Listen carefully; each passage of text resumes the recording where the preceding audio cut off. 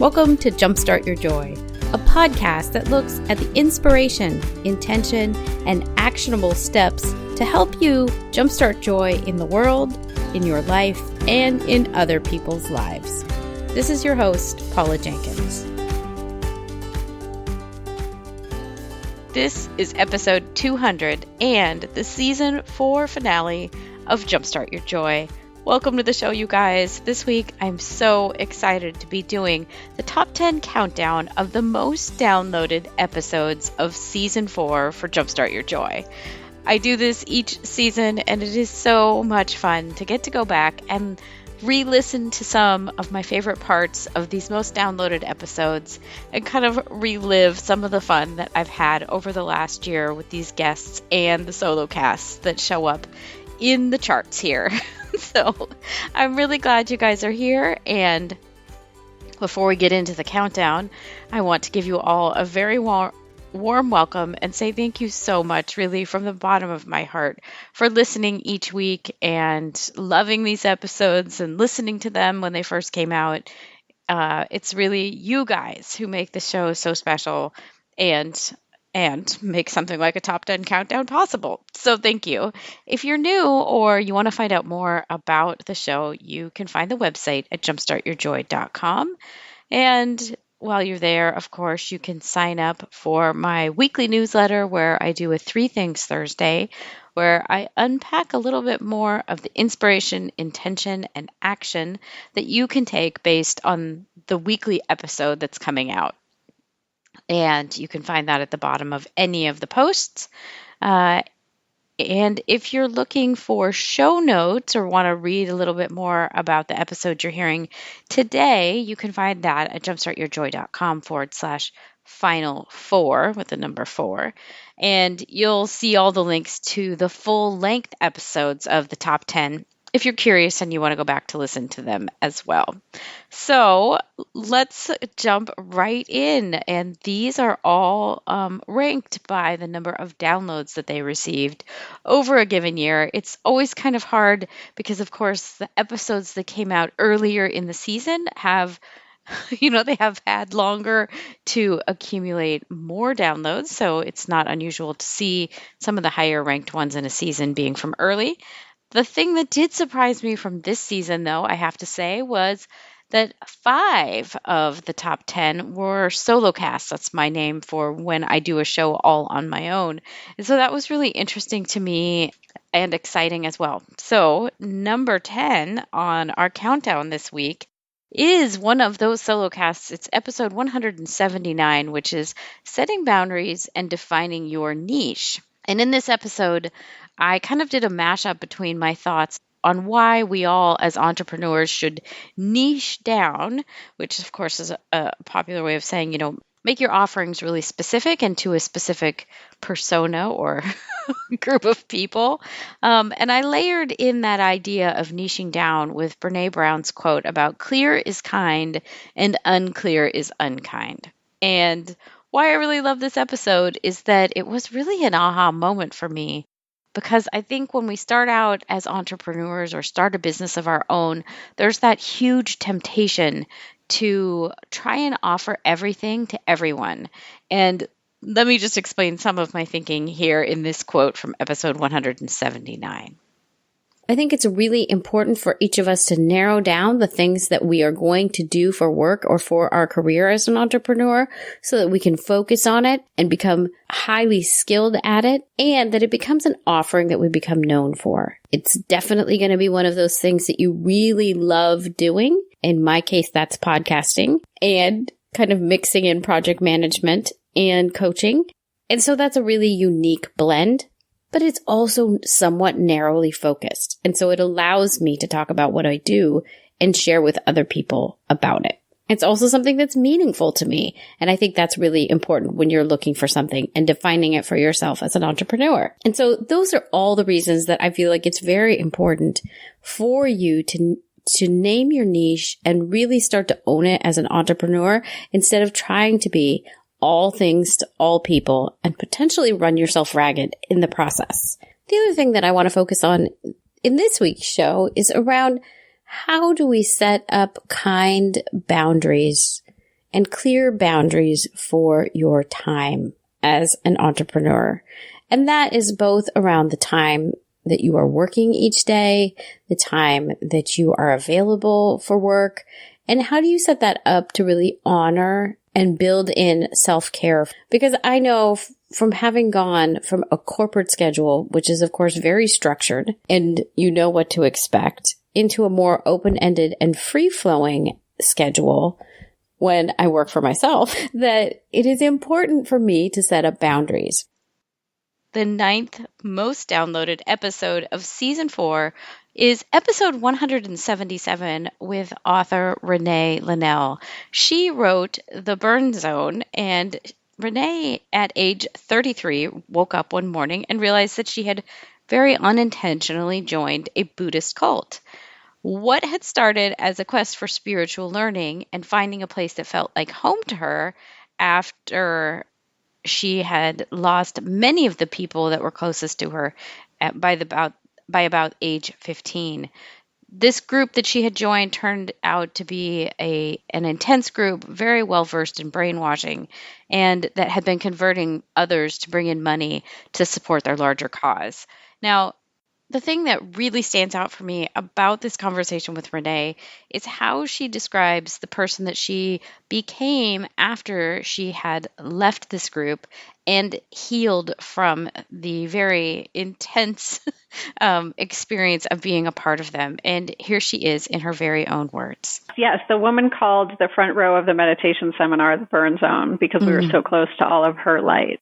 But as I went through this total shattering of my life and my paradigm of the world and my sanity, and I realized that as I came out the other side that I had been in a crucible and that I had melted, and that when life comes along and truly beats the crap out of us, if we hang in there, we come out the other side a softer, purer, kinder, more compassionate, more authentic version that's so beautiful.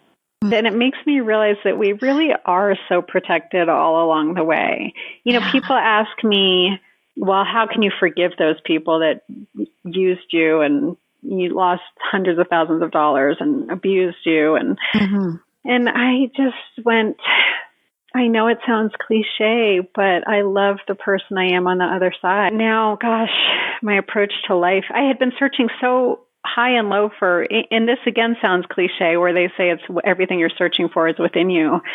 But since your podcast is all about joy, what I finally realized was I had been trying to be these versions of me that I wasn't, that I thought would please my parents or please the world or please my teachers. And after being so beat up by life, I just didn't have the energy to do that anymore. And the facades got stripped off. And as I built myself back together, I built just the authentic pieces. And then I realized, oh my gosh, I'm actually quite good at being me, the weird, quirky, introverted, shy, psychic, clairaudient, super sensitive me. I was really bad at being all those other versions, but being me is so easy that it's actually fun. And then when it's fun, life becomes fun. And then when life is fun, I become kind and I'm nice to people because I'm happy. And then suddenly I am living saint-like every day just by being kind and happy. Sharon Prentice joined me in episode 175, which was the 8th most downloaded episode of season 4. Sharon is the author of the book Becoming Starlight, and in this book and in our interview, she talks about how she had a shared death experience at the time of her husband Steve's passing. Now, I wasn't familiar with what a shared death experience was until I encountered her book, and it is very similar to a near-death experience, except it happens when someone is close to someone who is passing on, and they join in part of the experience with them. The thing that really stood out for me about this conversation with Sharon was the deep-seated knowing that she got of God's love for her, and that there is not a nothing on the other side of death, but there is a vast expanse of everything. And I don't have the words for it, but Sharon did the most amazing job of explaining the experience that she had at the time of the near-death experience and what it meant for her. And so here's the part of our conversation where she explains that. Sometimes I look back on all of this stuff and I'm thinking, was that me? Was that truly my life? Was I that girl that was so full of rage and hatred and such despair? It's hard now because every morning I get up with a smile on my face and I thank God for doing what he has done. And people have asked me too, when I was there, did I ask him, why did you take my daughter? Why did you take my husband? And the funny thing is, it didn't matter. It didn't matter because I knew everything was exactly the way it was supposed to be. Now, of course, if I were ever taken back, I'd say, why? Why did you do all of this? I'd like to think that I would say, come on, give. But he didn't feel it necessary to tell me his plans or to tell me why he runs the universe the way he does. But at the time, it was okay. I needed to know that these things happen because they're supposed to happen. I needed to know that they were okay. One of the biggest things that people also say to me, one of their biggest fears is when they get these diagnoses, what's going to happen to me? Am I just going to disappear? Am I just going to turn into nothingness? What's all this for? And I needed an answer to that. Were they just gone? Was there what was there? I needed an answer to that. And I got that answer, even though I didn't ask the question. I knew that he was okay, and I knew that he was going where Stephanie was. And that saved my life. It really did. Knowing that we don't just turn into nothingness and we don't just disappear, and that, to me, death is just birth in reverse. Right. And you go home. I know. That's beautiful. Oh, this has been just so good. Sharon, thank you. I love telling people, not because of my particular story, but because if I can take some of the fear and anxiety away from people who need that taken away, I'll do it. No, I can't take it all away, but I can sure start the process. Yeah. Yeah. I think that is very true. And that there is such a sense of hope in amongst the grief and the despair that sometimes we just need to know that it's there. A solo cast, which was in episode 190 and entitled Commitment, Fear, and My Nellie Oleson Moment, joins the top 10 at the number 7 spot. Now, a little bit of context for this episode and what it was all about. Way back in season 1, in episode 15, I had Allison Arngrim on the show, and she is the actress that played Nellie Oleson in Little House on the Prairie for, television. And I really love that show. I love the books. And for years, Nellie Oleson really represented this ultimate mean girl for me. And in having spoken with Allison, it seems like it's kind of a global phenomenon as well. People in France, in fact, can't get enough of Nellie Oleson because everybody loves that she was just so awful to people. And so it was really exciting for me to get to have her as the first big guest that I've ever had on the show on. And the thing that I didn't talk about at the time was that having the ultimate mean girl on the show actually triggered a lot of my own inner mean girl. And so I thought it was important to kind of share this other side of what happens when you get into a creative pursuit and maybe get hung up along some of, the inner mean girl showing up while you're trying to do the thing that you love to do. And so here are my thoughts on my Nellie Oleson moment. I also learned in that moment that courage means sticking with something even when it's hard and you'd rather run away from it. And it kind of reminds me of one of the quotes that I love about courage so much, which is by Meg Cabot, which is, courage is not the absence of fear, but rather deciding that there is something more important than the fear. The next thing that I know became very apparent and very real was that the inner mean girl can pop up anytime over things that maybe would appear really small from the outside. And that inner mean girl, she really means business.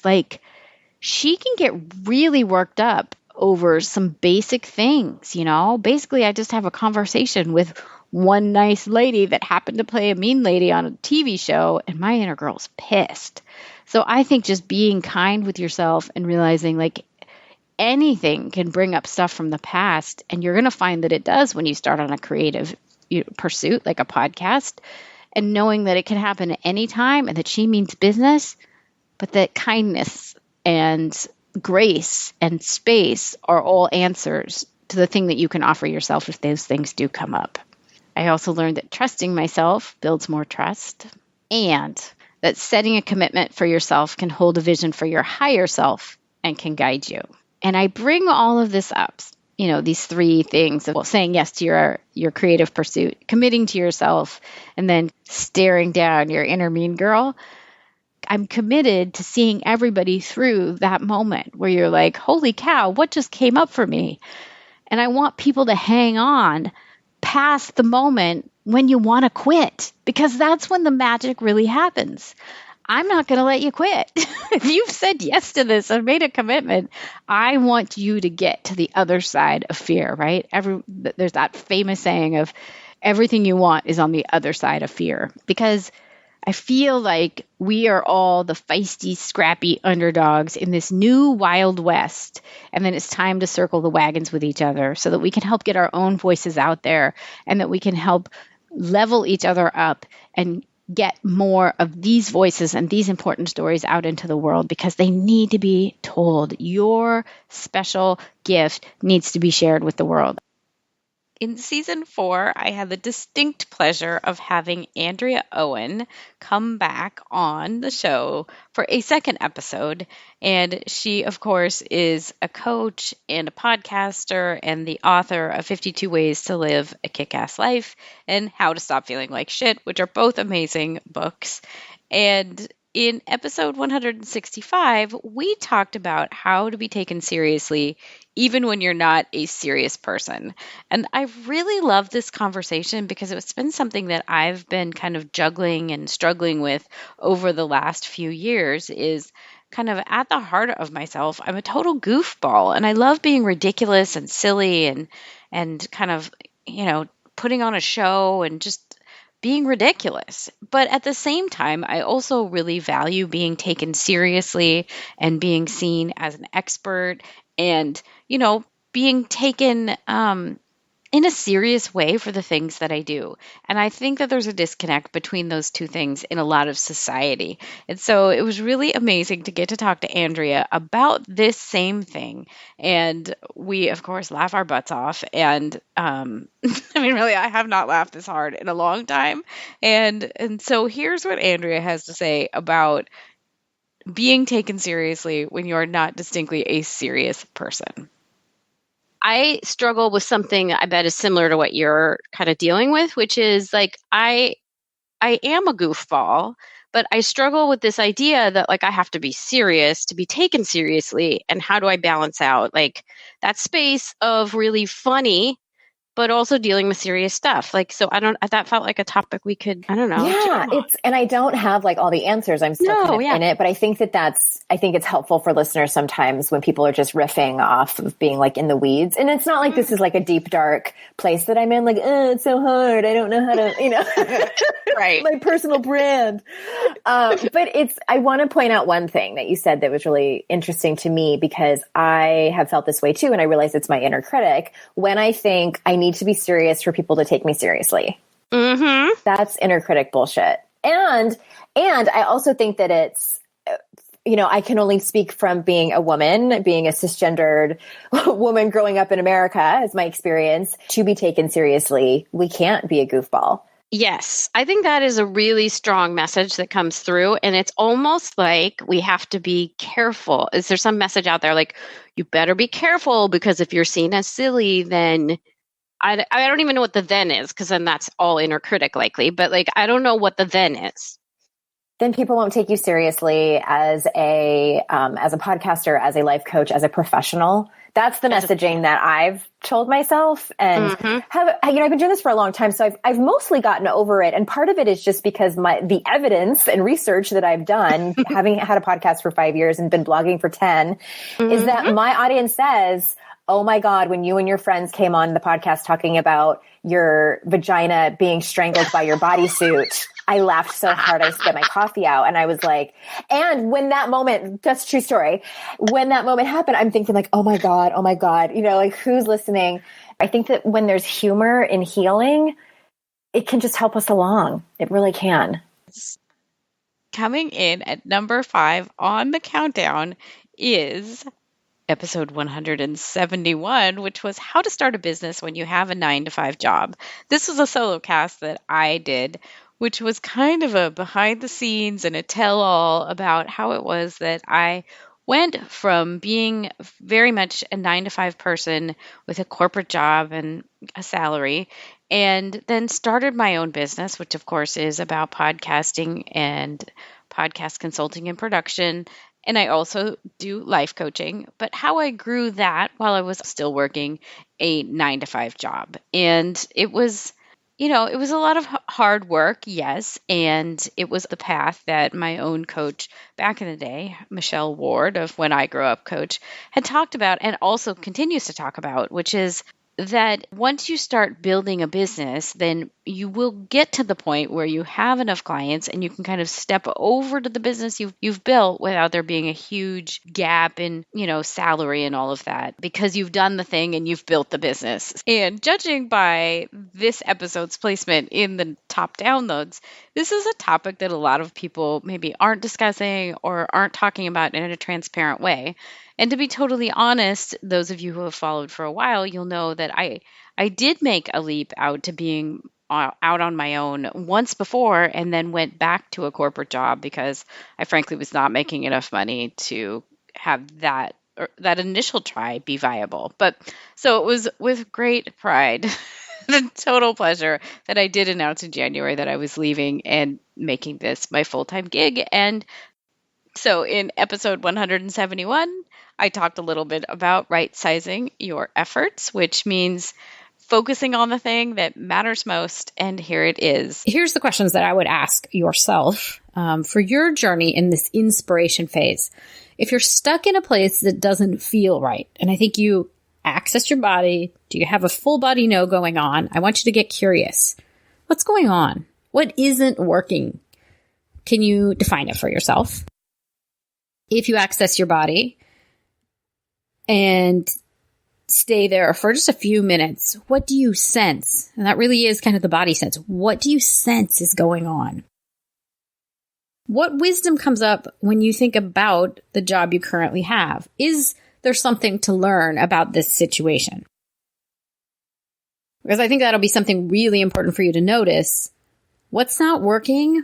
Why isn't it working? And how can that inform what you want next, right? So you don't just repeat the pattern. If you're not feeling like you fully know what the next thing is for you, can you tap into something that you know you want more of? So similar to my saying, I know I want more of the retreat thing, whatever that is, I kind of know the pieces of it that I love.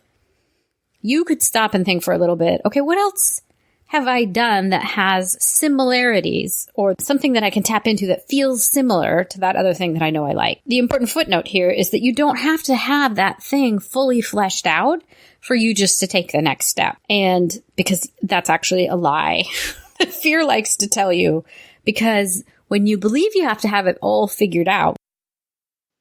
Coming in at the number 4 spot is the interview with Jess Eckstrom, who is the CEO of Headbands of Hope, and that was episode 169. We met in Atlanta last year at a conference, and Jess is hilarious and energetic and amazing and really has this inspiring and action-filled go get 'em attitude. And what I really loved about having her on the show was that we talked about what happens when you say yes and then figure it out later.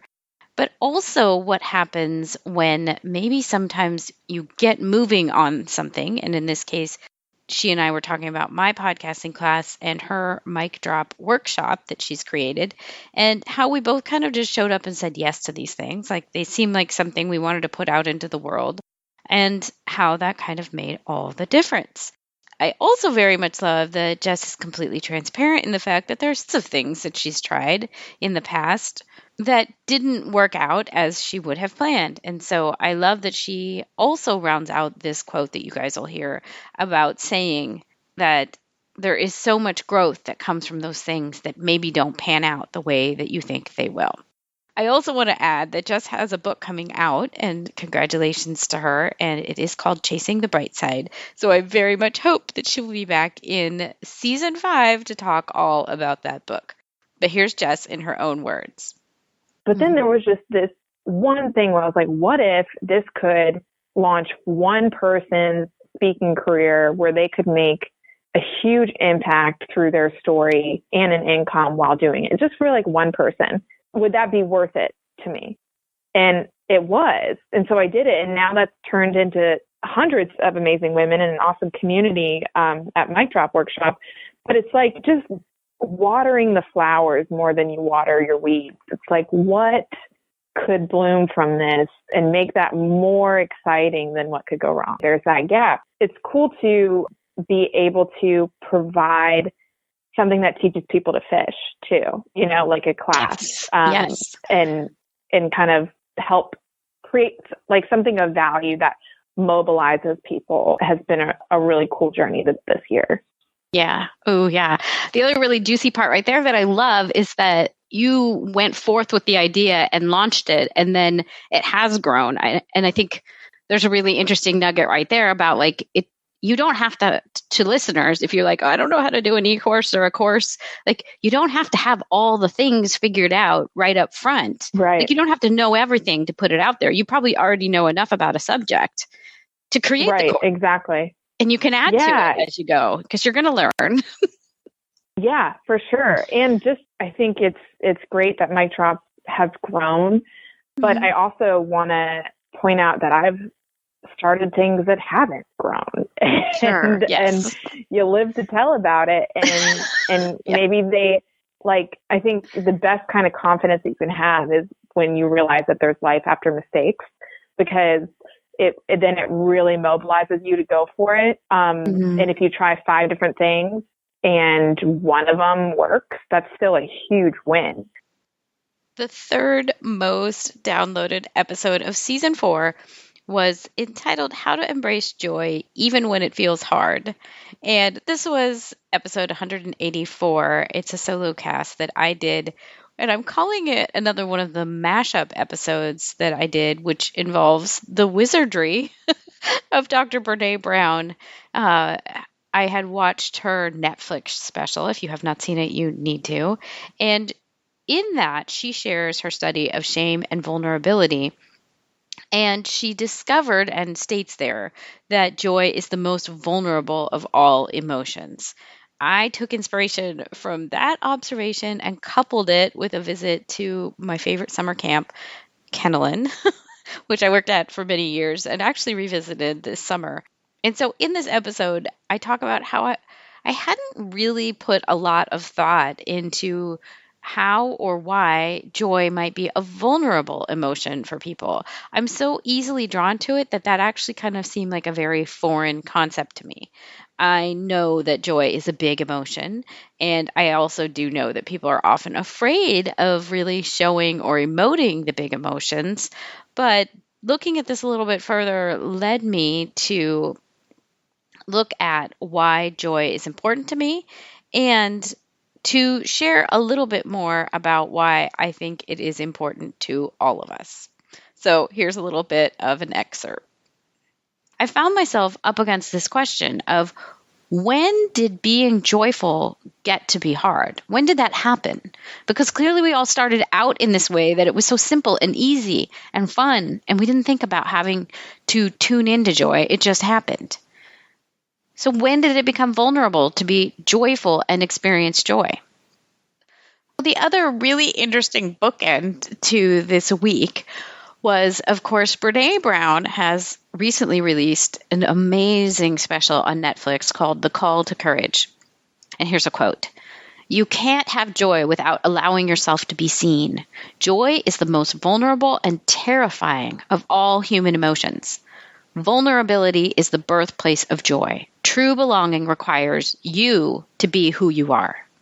And this just struck me so solidly that as children, joy is easy. It comes naturally. And I saw it all week, and I know it to be true. And kind of the aha moment for myself, if I put these two things together, the ease with which children experience joy, and then the hardness with which adults experience joy, is that I've got to believe that somewhere along the way, that it was in growing up and being conditioned for this world through school and through other experiences, through playing softball in my case, through even possibly going to camp, that there were rules about how to be, that this growing up and this conditioning in our world is what taught each of us that joy is vulnerable and hard. Of course, I can't go an episode like this without also bringing in Henry Nouwen's quote of, "Joy does not simply happen to us. We have to choose joy and keep choosing it every day." And I think that is joy in a nutshell, and the dance that I have experienced. And of course, it is the quote that kind of is the pinnacle or the cornerstone for this whole podcast. The number 2 most downloaded episode of season 4 is the interview with Stacia Zavasic on dressing for confidence and joy, and it was episode 181. This interview was just really so special in so many ways. I really love hearing all about Stacia's journey to becoming a stylist, because it is somewhat of an unusual one, and it is so full of inspiration. From the time that her differently abled daughter, Raisa, was very young, she wanted to wear what Stacia refers to in air quotes throughout the episode as boy clothes. And Stacia had dressed her in bootcut jeans and cute dresses, and that wasn't something that Raisa liked at all. And so one day when they were shopping in their local thrift shop, Raisa picked out a button-down shirt and a tie with the help of a salesperson and asked her mom to buy it for her. The thing that then unfolds is that Stacia realizes that her own daughter is teaching her something about style that she herself had had a hard time learning, which is what she's come to call inside-out congruency, which is so lovely and so mind-blowing, and it was such an honor to have Stacia on the show. So here she is explaining what she learned and how it unfolded for her.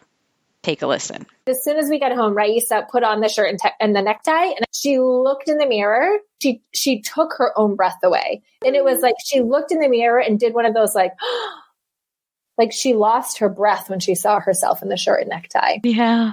And she said, "Mama, look how handsome I look." It wasn't beautiful. It wasn't pretty. It was handsome. Right? And then she runs across the living room and says, Mama, look how much faster I can run. And then she jumps up and down and says, "Mama, look how much higher I can jump when I'm wearing a shirt and tie." And that became the thing. She can run faster and jump higher when she was wearing clothes on the outside that matched who she was on the inside. There's so much joy in that. So much joy and so much. And when you look at it big picture, here I am.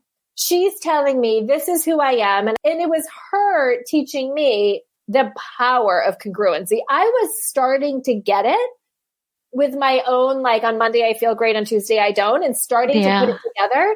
But I didn't understand the gravity of it. I didn't understand how powerful it was in terms of not just it transcends fitting in, which is what I thought my whole life was about, was trying to figure out my place in the world on where I could fit instead of determining where I belong. And I get to make that call. Fitting in, you're waiting on somebody else to decide for you. Belonging, you get to make that call.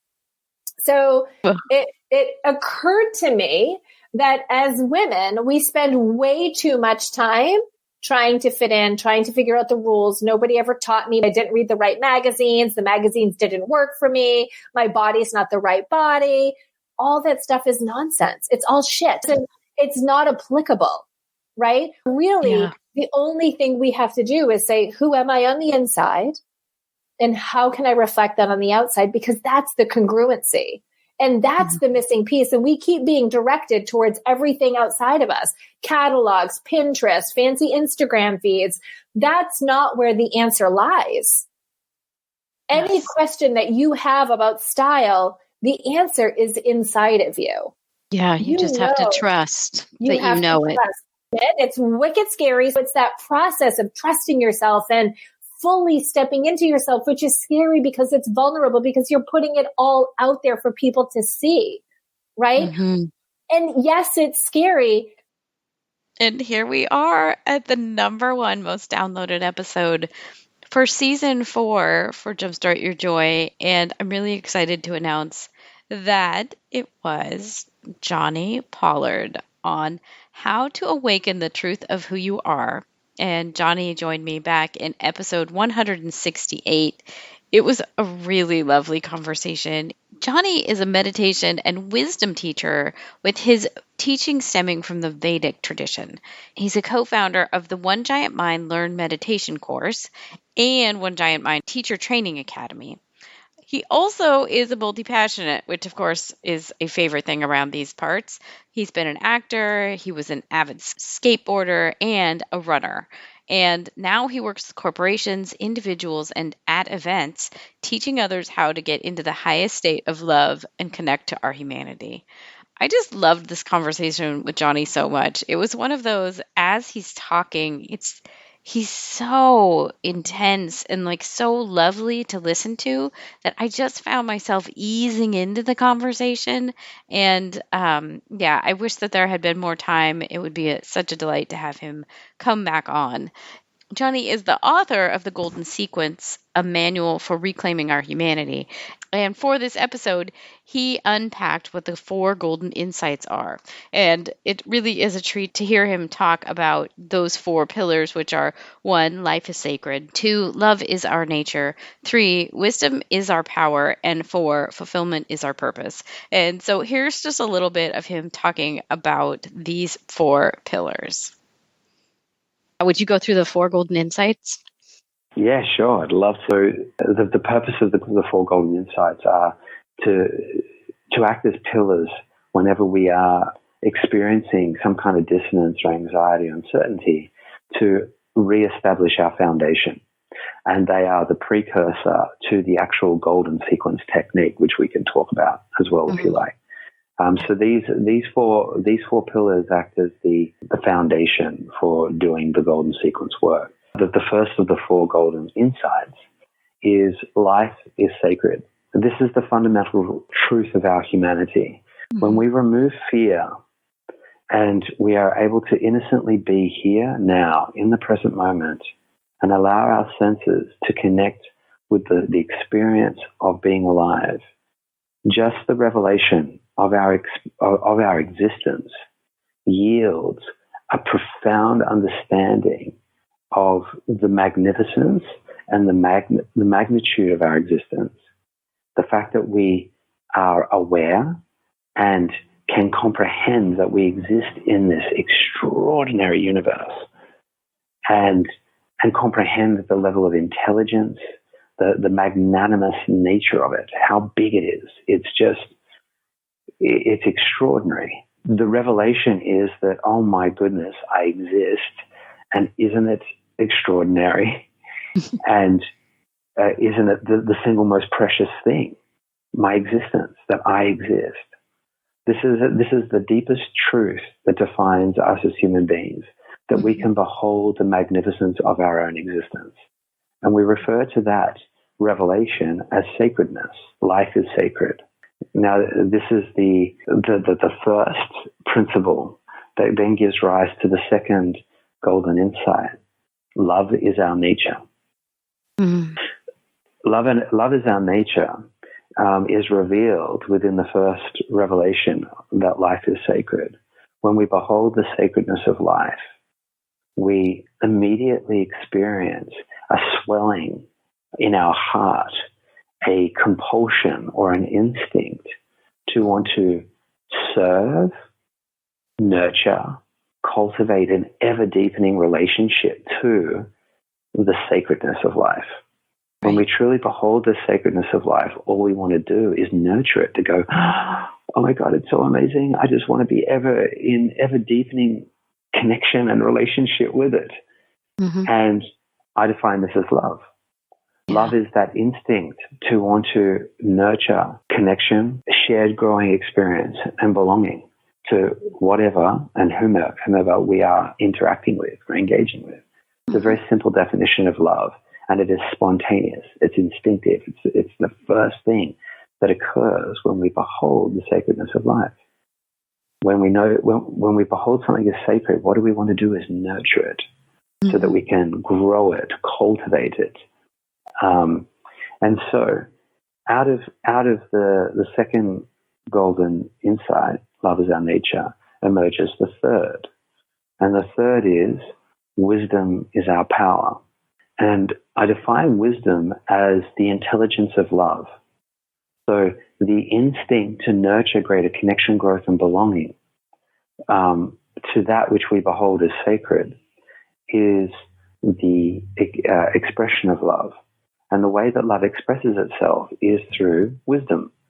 It's a very simple, elegant way of defining wisdom. Wisdom is that intelligence that is always seeking to reconcile the appearance of opposites, the appearance of what is seemingly irreconcilable.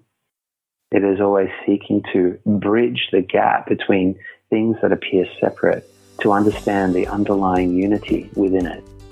And there they are, the top 10 of season 4 for Jumpstart Your Joy. You guys, I want to say thank you so much always for listening in. If you want to get the individual links for any of these full-length episodes that we've just counted down, they are all in the show notes for this specific episode, which is at jumpstartyourjoy.com/final4 with the number 4 right there. And if you want to sign up for the newsletter there, you can. I will be sending out 3 Things Thursday, every Thursday, where I share a little bit more about the inspiration, intention, and action of bringing joy into your life and how it ties into the topics that were on each week's show. So next week on the show, I'm really excited to be jumping in to some of the look back episodes where we are going to replay some of these very favorite episodes from season 4. And so I hope that you guys will come on back for that next week. And I want to say a big special thank you and celebration for 200 episodes. I thank you guys from the bottom of my heart for 4 amazing seasons. And until we speak again, I hope that your days are filled with so much joy.